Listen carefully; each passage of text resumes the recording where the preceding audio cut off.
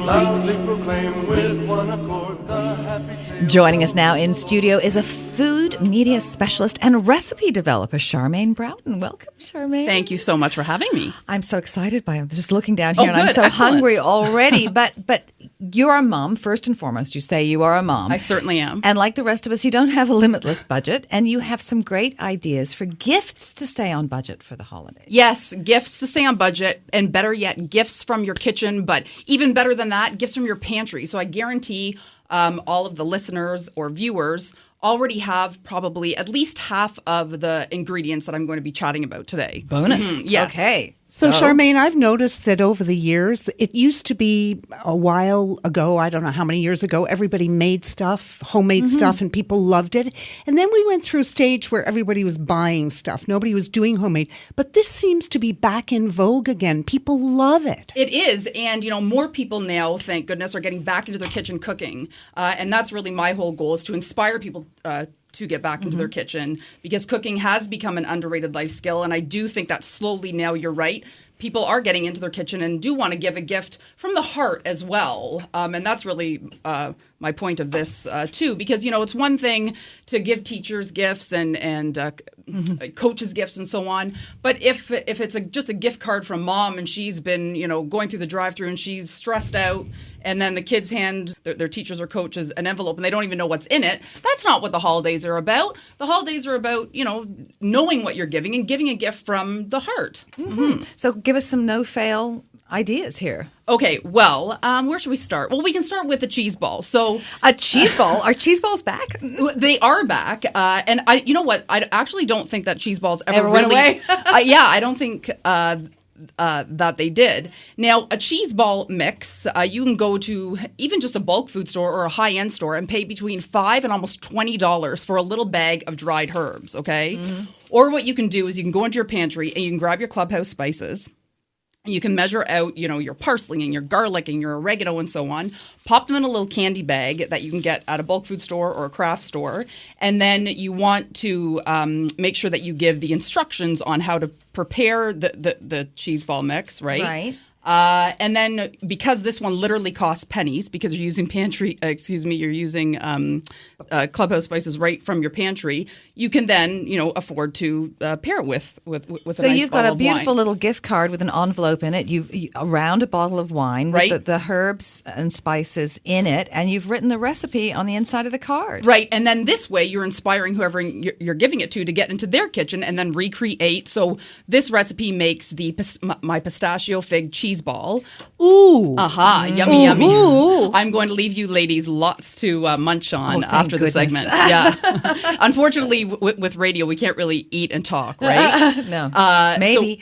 And for the listeners that want to recreate this, and if they don't necessarily want to give the gift from the kitchen, they can go to flavor.ca for this recipe and many more recipes using clubhouse spices. Mm-hmm. Now, some of the things that you talk about are gifts that travel well, maybe don't need refrigeration for a couple of days. So that's one of them. Oh, for sure this is. And this is something, grab the kids now, have them start measuring out the spices, and then it's ready to go. Also for those last minute parties, we all get invited last minute to a party, and you want to bring a hostess gift. So this makes like a beautiful hostess gift. Maybe not so appropriate for a teacher because it's alcohol. However, this one I do have written out to my son's French teacher.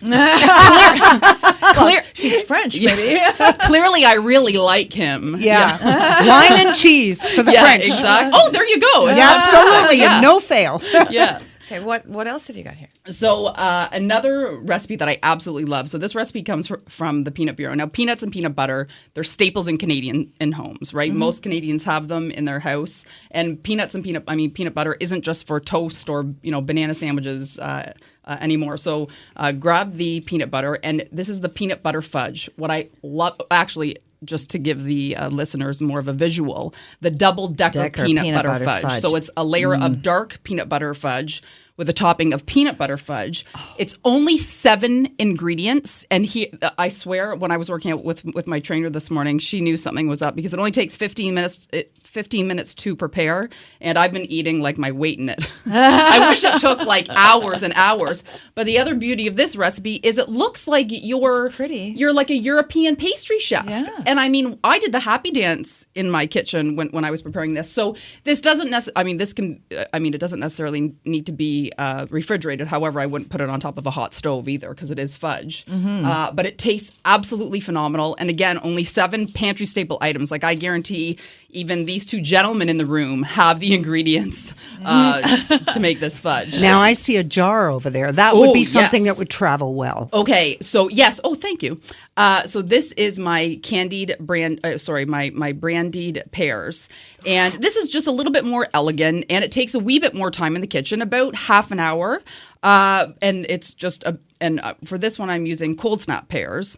And what I like about cold snap pears is it's a new variety of Canadian pears. I haven't heard of them before. Yeah, they're grown by Canadian farmers, and they're only available from November till maybe about January. So you want to run out and get them now. But what I absolutely love about them, again, it's a Canadian fruit, right? Because this time of year, as Canadians, we rely so much on imported fruit. But the cold snap pears are amazing. You can find them at Walmart, Loblaws, Metro, and if you want to try them and your store doesn't have them, you can always ask your produce manager to bring them in. So by the piece, they're great. They're only 80 calories and 5 grams of fiber.